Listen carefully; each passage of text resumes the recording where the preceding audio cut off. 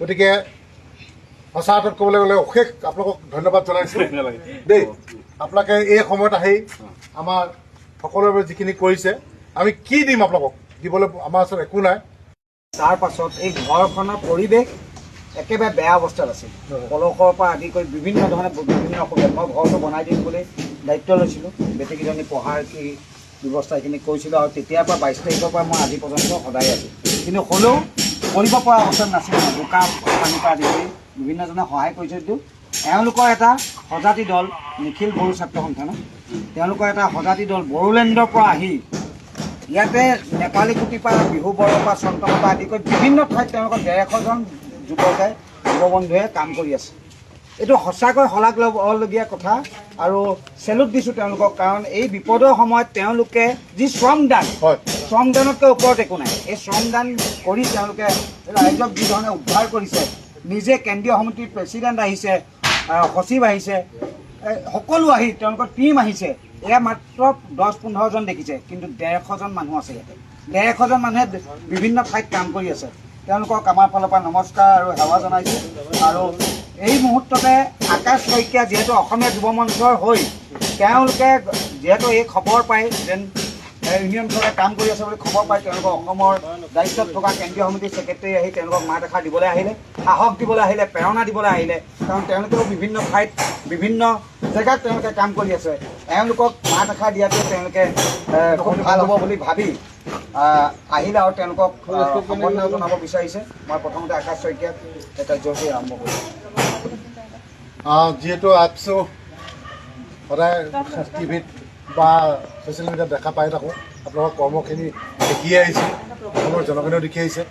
কিন্তু যদিও অসমীয়া যুৱ মঞ্চ আজি ভাৰপ্ৰাপ্ত সম্পাদক হিচাপে দায়িত্ব লৈছোঁ, মোৰ ঘৰ শিৱসাগৰতে, কিন্তু এই দুখৰ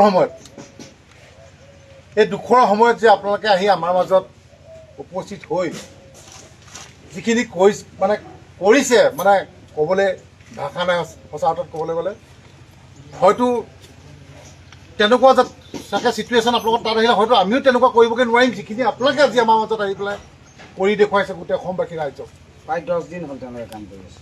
আজি প্ৰায় 10 দিন হ'ল। গতিকে মই গম পোৱা নাছিলোঁ, কিন্তু হঠাৎ আমিও ইয়াতে অলপ টিং দুটা ঘৰৰ দায়িত্ব লৈছোঁ, তাতে টিংখিনি দিবলৈ আহিছোঁ। তেতিয়া হঠাতে গম পালোঁ, কিন্তু সেইদিনা গম পাইছোঁ মই যে আপোনালোকে ইতিমধ্যে গ'লগৈ ইয়াৰ পৰা, কিন্তু তেওঁ ক'লে যে নাই যোৱা, ইয়াতে আছে। গতিকে ক'লো ইয়াত আছে যে তেখেতক আমি এখন মাত লগাবলৈ যাম, কাৰণ কেলৈ এই দুখৰ সময়ত তেওঁলোকে আমাৰ মাজত আহি উপস্থিত হৈছে, আমাৰ ৰাইজৰ কাৰণে কাম কৰি আছে। গতিকে সঁচা অৰ্থত ক'বলৈ গ'লে অশেষ আপোনালোকক ধন্যবাদ জনাইছোঁ দেই। আপোনালোকে এই সময়ত আহি আমাৰ সকলোৰে বাবে যিখিনি কৰিছে, আমি কি দিম আপোনালোকক, দিবলৈ আমাৰ ওচৰত একো নাই। অন্তৰত আত্মাত সদায় আপোনালোকে আমাৰ মাজত থাকিব। আৰু এখন ফুলাম গামোচা মই তেখেত সভাপতি হয়, সভাপতিয়ে অকণমান মৰম যাচিব বিচাৰিছোঁ। সদায় আমাৰ এই মৰম চেনেহ ভাতৃত্ববোধ সদায় একত্ৰিত হৈ থাকিব, আৰু আমি সদায় একেলগ হৈ আগুৱাই যাম। আৰু আপোনালোকে দায়িত্বত, সংগঠনৰ দায়িত্বত থকা স্পীকাৰ তেওঁকো আমি সন্মান জনাইছোঁ। একচুৱেলি গোটেইখিনিকে আমি সন্মান জনাইছোঁ দেই। তেওঁলোকক অলপ দলৰ মুৰব্বীৰ কাৰণে আমি তেওঁলোকৰ হৈ সকলোকে আপোনালোকক ধন্যবাদ জনাইছোঁ।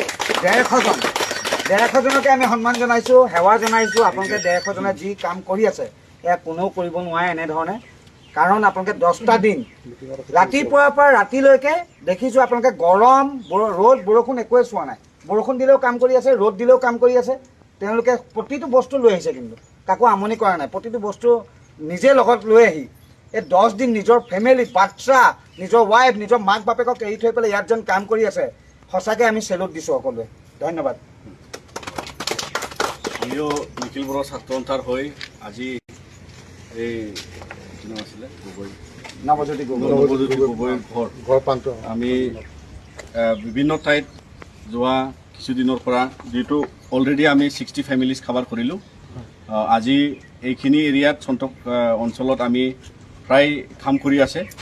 তো ইয়াত আমি আজি যি ঘৰত এজন মানুহ বানপানীৰ সময়ত তেওঁ দুখাইছে, তো এই ফেমিলিৰ বা এই ঘৰৰ যি অৱস্থা বা ইয়াত চাফ চিকুণৰ অলপ কাম আছে, সেইখিনি আমি সহায় কৰিব আহিলোঁ। আৰু আজি অসমীয়া যুৱ মঞ্চৰ পৰা আমাক যি এটা ফেলিচিটেশ্যন বা আমাক এটা মৰম তেওঁলোকে কৰিছে, ইয়াৰ বাবে আমি নিখিল বড়ো ছাত্ৰ সন্থাৰ পৰা ধন্যবাদ যাচিছোঁ। আৰু আমি যিহেতু শ্ৰমদান দিবলৈ আমি সাজু হৈ আহিছোঁ আৰু আমাৰ নিখিল বড়ো ছাত্ৰ সন্থাৰ প্ৰায় 12টা জিলাৰ পৰা আমাৰ কেন্দ্ৰীয়ৰ পৰা লৈ জিলা সমিতি আঞ্চলিক পৰ্যায়ৰ সমিতি চব ভলণ্টিয়াৰ কৰিবলৈ আমি ইয়াত আহি আমি ৰদৈ পুখুৰীত কেম্প পাতিছোঁ আৰু তেনেকৈ আমি যিমান পাৰোঁ আমাৰ টাৰ্গেট আছিলে 200 ফেমিলিজ আৰু 200 ফেমিলিজ এতিয়া হোৱা নাই আৰু ইয়াৰ কাৰণে আমি যি এটা 10 দিনৰ ভিতৰত আমি যি টাৰ্গেট সেইটো মানে আমি কৰিবলৈ চেষ্টা কৰি আছোঁ আৰু ইয়াৰ কাৰণে আমি আজিও যিমান পাৰে যাৰ ঘৰত কি কাম আছে বোকা ওলোৱা কাম আমি 2টা ঘৰ ঘূৰি আহিলোঁ এতিয়া ইয়াত চাফ চিকুণ অলপ আছে আৰু বাকী আৰু কিছু ঘৰত থাকিব এই এনেকৈ আমি সহায় কৰি যাম কিয়নো আমি বেলেগ একো নোৱাৰিলেও আমি এনেকৈ মানে এটা এপছুৰ এটা প্ৰজাতি দলে 150 ভলণ্টিয়াৰ্ছে আমি ইয়াত যিহেতু শ্ৰমদান দিবলৈ আহিছে সেইখিনি আমি